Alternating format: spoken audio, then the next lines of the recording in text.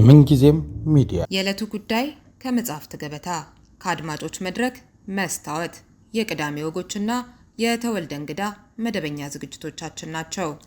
703 475 6309 ስልካችን ምንጊዜም media@gmail.com የኢሜል አድራሻችን ነው። ሰብስክራይብ በማድረግ ቤተሰብ ይሁኑ። ምንጊዜም ኢትዮጵያ።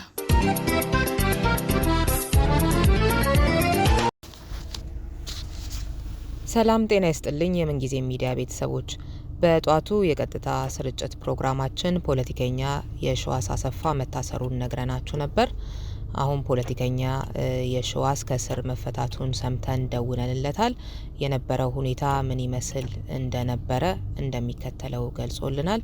ተከታተሉን።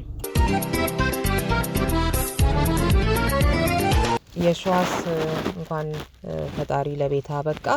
ምንድነው የሆነው? እስኪ ትንሽ በለን። እሺ፣ በጣም አመሰግናለሁ ሪዮት። እንግዲህ ትናንትና በ3 ማለት ነው የካቲት 3 ወደ 8 ሰዓት ተኩል አካባቢ ሰዎች ቤቴን አንኳኩ። በር አንኳኩ። ወጥቼ ማናችሁ ብዬ ጠየቅኩ። ሶስት ሰዎች ቆመዋል በር ላይ። አንደኛው መታወቂያቸውን አሳዩኝ። አዲስ አበባ ፖሊስ ሲቪል ፖሊስ ነኝ አሉ። አዛስ ምንድነው ስላቸው አምጡት ተብለናል አሉ። ወደ ውስጥ መግባት አትችልም እንደዚህ አሉ። ያው የተለመደ ስለሆነ እኔም ብዙ ተነስተ አልገባውም። ሄድን። መንገድ ላይ መኪና የያዙ ሌላ አንድ ፖሊስ አሉ። መኪና ውስጥ ገባን። 4 ፖሊሶች እና እኔ ሄድን ወደ 3ኛ ማለት ነው። እና ሄድን ገባን። ያው የተለመደው ጫማን እንደዚህ አውልቅ ይሄንና ፖሊስ ጣቢያ የሚባሉትን በሙሉ አሉ። እሱን አደረኩና ገባሁ። እና እስከዛ ድረስ ምንም ግልጽ ያደረጉት ነገር አልነበረም። ከብዙ ሰዓት በኋላ አንደኛው እንደ መርማሪ ነገር ናቸው ቢሮ ውስጥ ሆኜ ለፋኖች ታደራጃለህ ነገር አሉኝ። ይሄ ነው ክሴ እንግዲህ በቃል ነው እንደዛ የሚሉት። ይሄ ነው ክሱ ነው ምናምን ስላቸው አይ ሌሎችም አሉ። ለምሳሌ ፓርቲዎችን ታስተባብራለህ፣ ታነሳስለህ ታስተባብራለህ አሉ። እኔ አሁን ፓርቲ የለኝም። የኛው ነው ክሱ ወይስ ሁለቱም ነው ስል ሌላ ደግሞ ጨመሩ። እስረኞችን በመሄድ በማየት ነው ሁሉ ጨመሩበትና ትንሽ ድንግርግር ያለ ነገር ነው ማለት የተዘጋጁበት አይመስልም። በደንብ እንግዲህ ቢሮ ውስጥ ነው ይሄንን የሚያናግሩኝ። ጥሩ እንግዲህ ክስ ሆኖ ሲመጣ መልስ እሰጣለሁ ምናምን ብዬ ዝም አልኩኝ። ብዙም ከዚህ በላይ የሚያስብል አይደለም። ምክንያቱም ሌሎቹ ምንም የሌለውበት ነው። ሌላው ደግሞ ወንጀልም አይደለም ሲጀመር ፓርቲ ላይ መሳተፍ አይደለም እንጂ እስረኛ መጠየቅ ምንም ወንጀል የሚያስብለው ነገር የለም። እና ትንሽ ግርታ ፈጠረብኝ። ከዛ በኋላ በቃ ለቤተሰብም ለመደወል ፈቃደኛ አልሆኑም፣ ለሌላም ሰው ለመደወል ፈቃደኛ አልሆኑም። ልብስም አልያዝኩም ነበር። በአጋጣሚ ገባሁኝ፣ አደርኩ ማለት ነው። ትንሽ ቦታው በጣም ሳፎኬትድ የሆነ ሰው ብዙ ነው ያለው ሰው። እንግዲህ እንደምንም አደርኩ ማለት ነው። በዛው ነው የገባሁት። ቀጥታ እንደሄድኩኝ ማንም ሰው ሳይሰማ ምንም ሳይልም በዛው እንደሄድኩ ነው የገባሁት። ከቤተሰብም አልተገናኘህም? አሁን ቢያሉ ለመደወልም ፈቃደኛ አልሆኑም። አሁን እንዴት ተለቀቅ? ከዛ በኋላ ያለው ነገር ምን ይመስላል? እንግዲህ ጠዋት ከዚህ የእስረኞች ቤተሰብ ሲመጡ አስደወልኩኝ። ባለቤት የመጣች ቀያሪ ልብስ እንደዚህ ያገኘሁኝ። ከዛ በኋላ ተጠራሁ እዛው እንደገና ምርመራ ክፍል። ይሄ የሆነው እንግዲህ ከሰዓት በኋላ ነው። ወደ 10 ሰዓት ተኩል እንደዚህ አካባቢ ይሆናል። ብቻ ከሰዓት ስላልያዝኩ ኤግዛክት ሰዓቱን አላውቅም፣ ግን ከሰዓት በኋላ ነው። እና ኃላፊ ነገር ናቸው። የመጣበትን ታውቀዋለሁ ያሉት። እኔ ክስ ሆኖ የቀረበ ነገር የለም፣ ግን እንዲህ ነው ያሉኝ። ምናምን ስላቸው በዚህ በአፍሪካ ህብረት በመሳሰሉት ስብሰባዎች በጣም ጊዜ ነን። ነገሩን በዝርዝር አላየነውም። ስንፈልግ ትመጣለህ። ለአሁኑ ግን በራስ መታወቂያ ዋስ እንድትወጣ ብለው ለሌላ ሰው አስተላልፈውኝ ወጡ። በቃ የሆነ በአሁኑ ሰዓት ምንም አይነት ፖለቲካ ተሳትፎ ውስጥ ቅድምም ጠቆም አድርገህ ነበረ እንደሌለህና ምናልባት ከምርጫው ጋራ ብዙ ግምት የነበረው በተያያዘ ሊሳተፍ ይሆን የሸዋስ ካሁኑ ማሰር ነው ፖለቲካ ፓርቲ ሰዎችን እንደዚህ አይነት ነገር ወይም የሆነ አንዱ ፓርቲ ውስጥ ገብቶ የሆነ አይነት ነገርም እየተባለ እሱ መብት ቢሆንም ግን እንደዚህ አይነት ግምቶች ነበሩና በአንተ በኩል ምንም እሱም እንደሌለ ነው። ፓርቲ እንግዲህ ፖለቲካ ውስጥ አለው እንግዲህ የብዙ ሰው ጥያቄ ነው። ይሄ ፖለቲካ ውስጥ አለው ወይ ይላል። ራሱ ፖለቲካ አለው ወይ ነው እንጂ ፖለቲካ ውስጥ አለው እንዴ? ፖለቲካ ውስጥ አለው።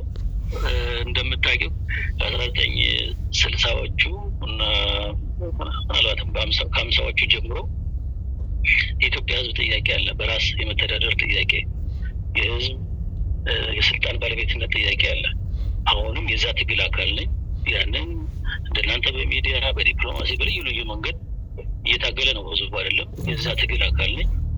እኔ ያልኩት ግን የፖለቲካ ፓርቲ ከኔ የሚባል የፖለቲካ ፓርቲ ውስጥ አይደለሁም በአሁኑ ሰዓት። ምርጫውንም ቢሆን እየተወያየን ነው። መሳተፍ ያስፈልጋል አያስፈልግም? ከተሳተፍን በምንድን ነው? ከሌሎች ፓርቲዎች ለምሳሌ የአባ መያድ እናት እንደዚህ ፓርቲዎች ያሉበት ስብስብ አለ። ከኔ ጋር በጣም የሚቀራረብ ከእነሱ ጋር ዲስከስ እናደርጋለን። ይሄ ደግሞ መብት ነው እንዳልሽው። እስካሁኑ ሰዓት ግን የትኛውም ቦታ ላይ እጩነት አልቀረቡም። ግን ይህንን ውይይት አለ። ያው እንደምታውቂው በሚዲያም አለ፣ በአካልም ውይይቶች አሉ። እንዳልኩሽ ለዛ ለትልቁ ትግል ግሬ የትግል ሜዳውን ለሁለት ብንከፍለው አገዛዙ በአንድ በኩል አለ ገዢው ቡድን፣ በሌላ በኩል ደግሞ የስልጣን ባለቤት መሆን አለብኝ ብሎ የሚጠይቀው የህዝብ ትግል ያ ጥያቄ አለ። ስለዚህ እኔ በዚህኛው ወገን ነኝ ብዬ ነው ማስበው፣ በህዝብ ወገን ነኝ ብዬ ነው ማስበው። ይሄ ውይይት ለዛ ህዝብ ለዛ ትግል በሚጠቅም መልኩ እናድርገው የሚል ውይይት አለ እና ገና ላለቀው ውይይቱ እንደሰማሽው ምንድነው የመመዝገቢያ ምናምን ጊዜ የሚባል አለ አይደል? እሱም ተራዝሟል። እኔ ብቻ ሳልሆን ሌሎችም ብዙ ወንድሞች እዚህ ውይይት ላይ ያለን ገና እና ምናልባት እሱ ከሆነ አንደኛ መብት ነው፣ ሁለተኛ የትኛውም ገና ዲሳይድ አድርገን ይሄ መሆን አለበት አላል ብንልም መብት ነው፣ ምንም ችግር የለም። እና ትንሽ የተደናበረ ነገር አለ እውነት ለመናገር ያንንም የሀገሪቱ ህግ በሚፈቅደው በህጋዊና በሰላማዊ መንገድ ነው እያደረግን ያለ ነው። ምንም ይህን ያህል የሚያደናብር ነገር የለውም። ስለዚህ በዚህ ሁኔታ ነው ያለሁት። እኔ እየተወያየን ነው። የትኛው ይጠቅማል ህዝብ የሚለውን ገና ቢያንስ በራሳችን ሰርክል ወስነን የገባንበት አይደለም ስለሽ ነው። የሸዋስ እንግዲህ ያው ከመውጣት ብዙ ሰዓት አልያዝ፣ ሌላ ጊዜ እንገናኛለን። ብዙዎች መታሰርህን ሰምተው ሀዘናቸውን ሲገልጹ ነበር። ድምጽ ለመሆን እንደዚሁ በተለያየ አይነት መንገድ ሲሞክሩ ነበር እና ይሄኛው ዜና ደግሞ እንደሚያስደስታቸው አምናለሁ። በመጨረሻ ሳልል ባላልፈው የምትለው ካለ መድረኩ ክፍት ነው።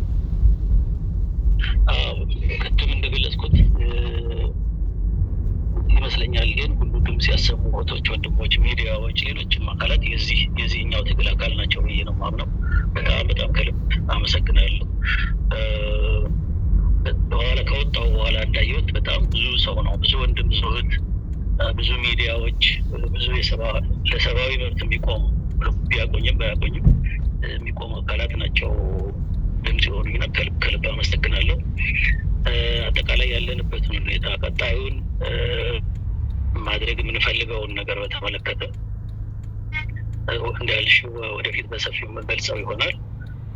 ከወዲሁ ግን የአባን የመያድን የእናት ፓርቲ እና ሌሎችም እዚህ ትብብር ውስጥ ያሉ የህዝብ ግንኙነት አካላትና አመራሮችን በጣም ከልብ አመሰግናለሁ። ሪዮት አንቺም ልክ ከመውጣቴ አስበሽ ስለደወልሽ እና ይህንን በግልጽ እንድናገር ስላደረግሽም በጣም አመሰግናለሁ። እግዚአብሔር ያክብርልኝ። እሺ፣ እኔም በጣም አመሰግናለሁ።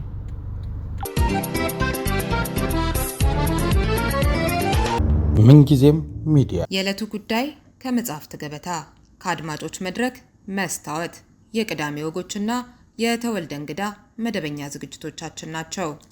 703 475 6309 ስልካችን፣ ምንጊዜም ሚዲያ @gmail.com የኢሜል አድራሻችን ነው። ሰብስክራይብ በማድረግ ቤተሰብ ይሁኑ። ምንጊዜም ኢትዮጵያ